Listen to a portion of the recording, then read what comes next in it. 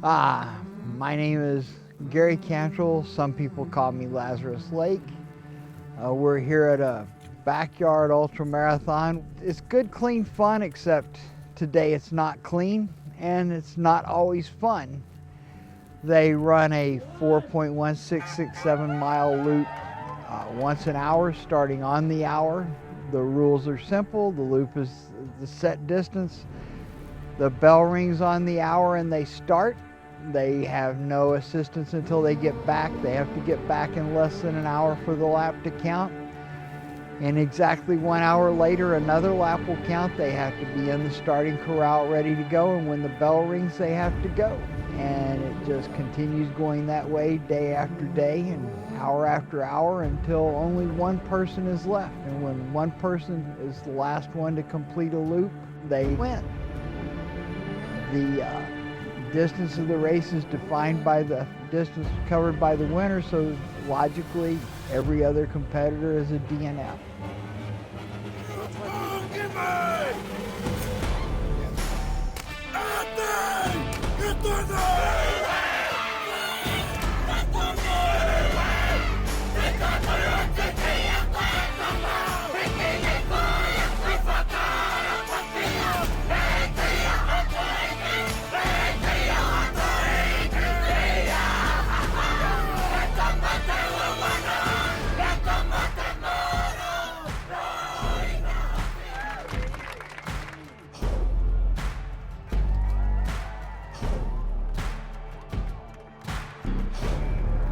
It was actually an idea I had since high school, and we were going to put on a race in our yard, which is why it's called a backyard ultra, because you can put it on in your backyard. We have kind of a big yard, 150 acres or so, but it doesn't require a lot of space and it doesn't require a lot of resources to put one on just a grassroots race. And sat down and took this idea I had in high school of a 4 mile an hour race until only one person was left, and polished up the distance so that it would come out to exactly 100 miles every day. And we wrote down, figured out, I believe, 4 simple rules, and believing that the best rules are simple and absolute. And we must have really hit the nail on the head, because we haven't had to change or add or delete a rule since the very first backyard.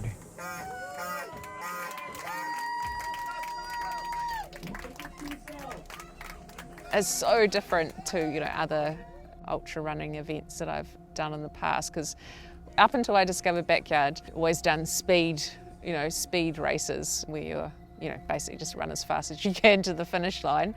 So this is so different, because you don't have to be super fast. There's other challenges. Like, you do have to time yourself, you have to pace yourself, but it's more about the care and attention that you also give yourself. And then it becomes very much mental strength. Runners like to socialize, and in most races it spreads out and you see maybe a few people around you. If you run a long distance, maybe you don't see anybody for hours on end, but here everybody gets together once an hour, they have a start. You can run with somebody else for a lap or two if you want to, just to carry on a conversation.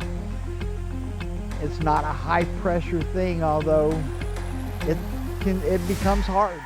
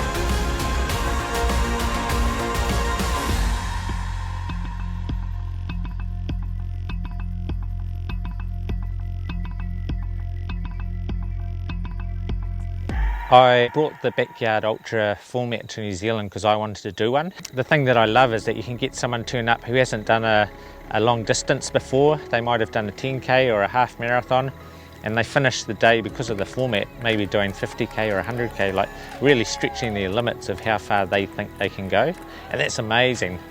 It's a sport that has something for everybody. The joy for me was the number of people who came in and said, I ran further than I've ever run before. Every one of those is a victory. The Backyard is not geared towards a million age divisions to try to give out trophies to everybody possible, but that there's a place for everybody, because my underlying belief in all athletics as a coach has been what I learned from Milner Carden, who is my high school coach, that every athlete doesn't have equal ability, they all have equal value. At the start, there's a lot of chat, and you can spend a whole lap talking to somebody, but actually as the race goes on, the chat definitely decreases. You get tired and you just start to get into your own head. But I also love how every lap is slightly different. You feel slightly different, and that's the challenge. You need to keep reminding yourself that if you can just get through this one and take on some different nutrition, or just have a pep talk from your support crew, even just change something simple like changing a t-shirt or brushing your teeth, can uplift you for the next lap. And then you go out there and you think, why was I getting negative on the last lap? Because this is great, I'm loving it. You can't learn from experience. Now they have to learn from experience. You have to be on every hour. You don't have to be great, but you have to be on. You can't have a horrible hour. You have to be able to manage your time really well so that you get both the distance run and any kind of aid or stops, bathroom stops, anything you need to do, maybe even a glorious 5-minute nap now and then. You have to be able to get them all done and be back ready to go. Probably the biggest trait you need to have is the willingness to walk to the starting line over and over and over again every hour when it already hurts and you know it's going to only hurt more.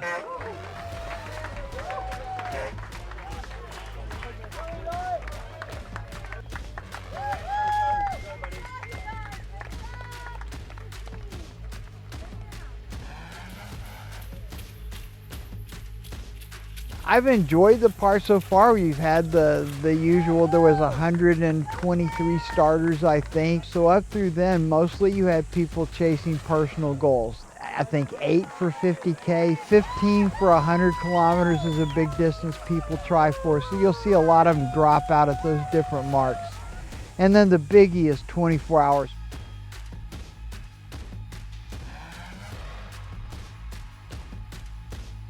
You feel like if you can just line up and get going, then you kind of start thinking about why you're doing it, who you're doing it for, and then if like you've just had a whole bunch of mates turn up at 7 in the morning for you, you're kind of like, oh, maybe I should put on a bit of a show for them.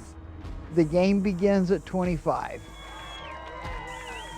When you get to the 25th yard, and all of those kind of standard goals have been met and the people that are running for those have stopped, the ones that are left came to play. So we have 9 guys here that they've come to see who will win overall. Statistics don't mean anything. From here on out, this goes to whoever wants it the most. Have fun out there. Let them know! At this stage of the event, you want to be looking after the basic physical things, so food, hydration. It's a really hot day, so they're chucking ice on themselves to try and keep their core temperature down. So that's the basics that they just have to do well. But then it starts to come down to the mind, how badly they want to be the last person standing. trying to ignore the milestone goals like 200 kilometres, 250 kilometres, and instead just thinking about it being one more lap that they need to do. 6.7k these guys can do easily, so they just need to think about doing another 6.7 kilometres, finish that, do all the basics of looking after yourself, and then set out to do another one.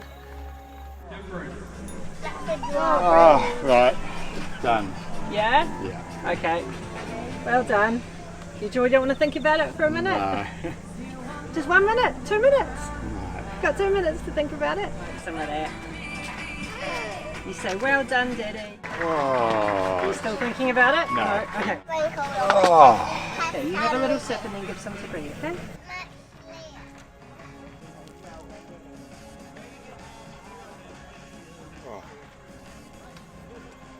Put that on your feet. Yeah. It was mostly good, and then the last few laps just complete agony. Good day out, but glad to be stopped. Like up to the second to last lap, everything was okay, and then that last lap, I was just pushing the body past where it was gonna, I was gonna hurt myself. So everyone seems to be hanging on for as long as they can. You can seem like you're going well, and then someone will, take a bit of a dive. So no, it'll be interesting, real interesting to see.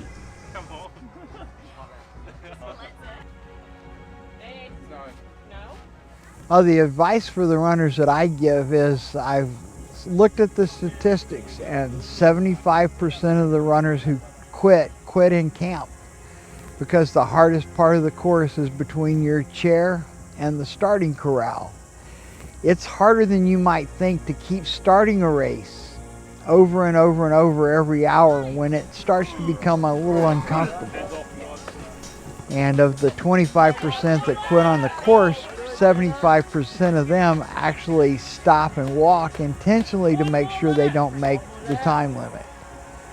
Unless the course is unreasonably difficult, it's not that hard to run 4 miles in an hour. So you end up, when you start a race, one of two things happen. One is you win, and the other one is you mentally quit. Everyone grows through being mentally defeated. It's not easy growth always, but you grow.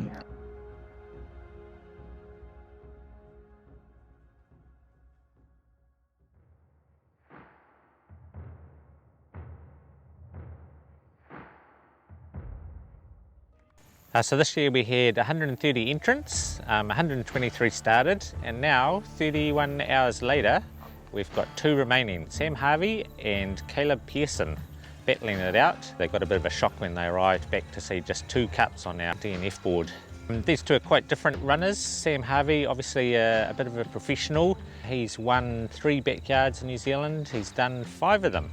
Compare that to Caleb, this is his first backyard ultra. So he's done an amazing effort on his first go to get over 200 kilometres and still be battling it out with a seasoned guy like Sam.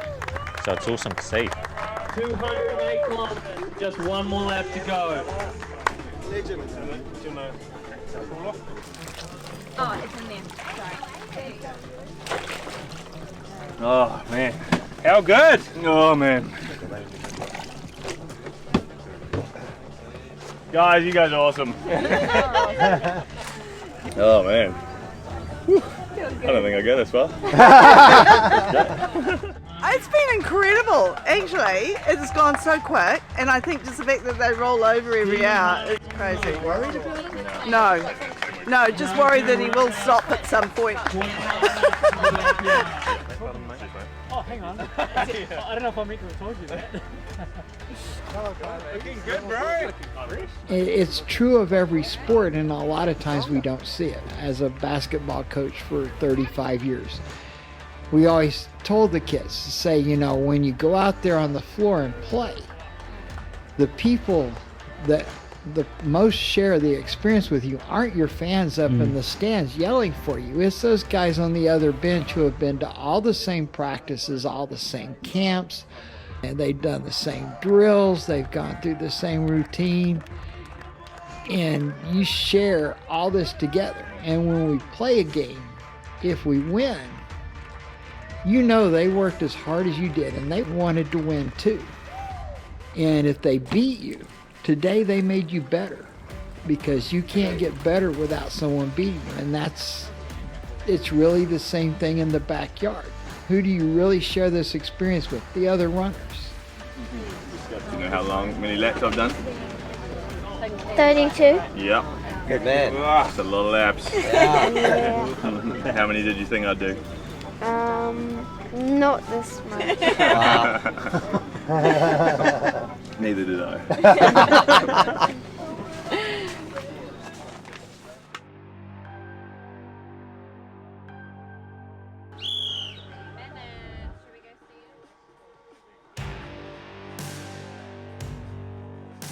Here we go. Good.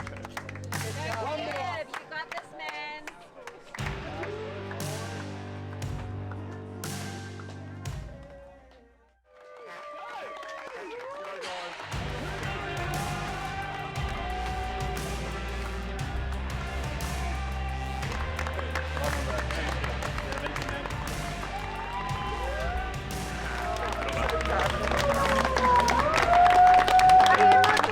I'm done. I'm done. There we go. Then there was one.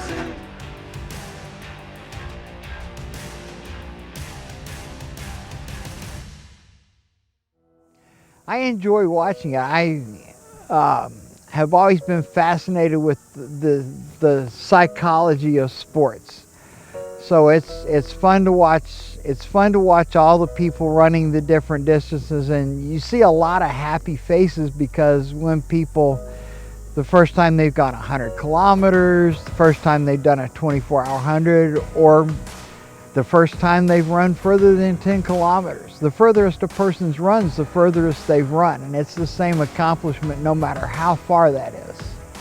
But then when it gets down to game on, there's a lot of head games that goes on, and it's really interesting to watch and see how a game that really revolves around not foot speed or strength, but your mental ability to compete and to withstand the difficulty, and the biggest thing of all, the uncertainty of never knowing how long the race will last until it's over. That's hard.